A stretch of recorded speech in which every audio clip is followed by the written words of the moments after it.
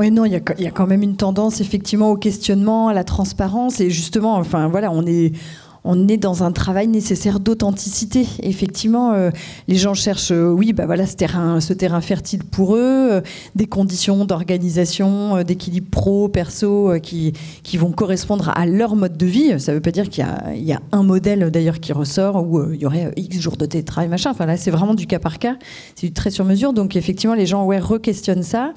Aux employeurs aussi d'être transparents. On est aussi dans une ère de tout ça, avec des plateformes qui mettent en avant aussi les avis des collaborateurs, hein. C'est comme les avis des consommateurs. Donc on est obligé de travailler ça en interne pour offrir une expérience qui soit cohérente, voilà, une expérience vraiment collaborateur cohérente.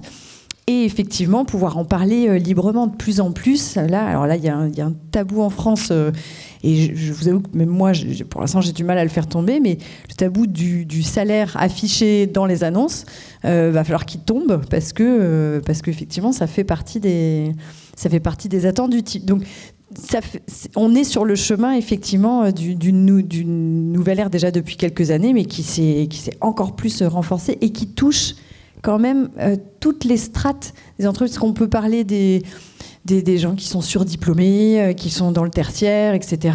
Oui, il y a ça.